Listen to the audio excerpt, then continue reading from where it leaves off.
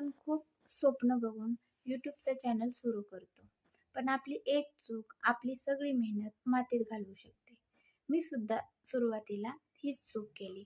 स्वतःचेच व्हिडिओ स्वतः पाहण्याची.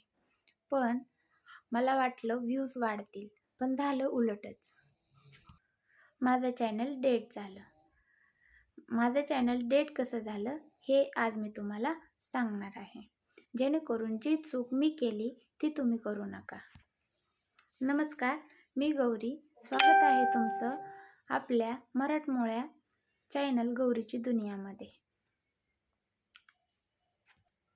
तर आपल्या या चॅनलचा भाग होण्यासाठी या चॅनलला नक्की सबस्क्राईब.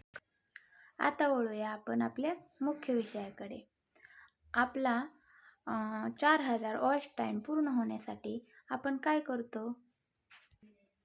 एक, स्वतःच्याच मोबाईलवरून व्हिडिओ पुन्हा पुन्हा बघतो. 2, घरातील इतर व्यक्तीच्या मोबाईलवरून किंवा एकाच वायफायवरून वायफायवरून व्हिडिओ प्ले करून ठेवतो. 3, मित्रांना सांगतो व्हिडिओ प्ले करून ठेवा. मलाही वाटलं होतं असं केल्याने काहीच होत नाही, पण यूट्यूबचा अल्गोरिदम स्मार्ट आहे. Invalid click activity. जेव्हा यूट्यूबला समजतं की एकाच IP ॲड्रेसवरून व्ह्यूज येत आहेत, तेव्हा ते तुमचे व्ह्यूज फ्रीज करतं. दुसरं म्हणजे इम्प्रेशन थांबवतात. यूट्यूब तुमच्या व्हिडिओचं इम्प्रेशन म्हणजे लोकांपर्यंत पोहोचवणं थांबवतं, फ्रीज करतं. चॅनल डेड होणे. हळूहळू तुमच्या चॅनलवर व्ह्यूज येणे बंद होतं आणि चॅनलची ग्रोथ कायमची बंद होते. मग आता काय करायचं?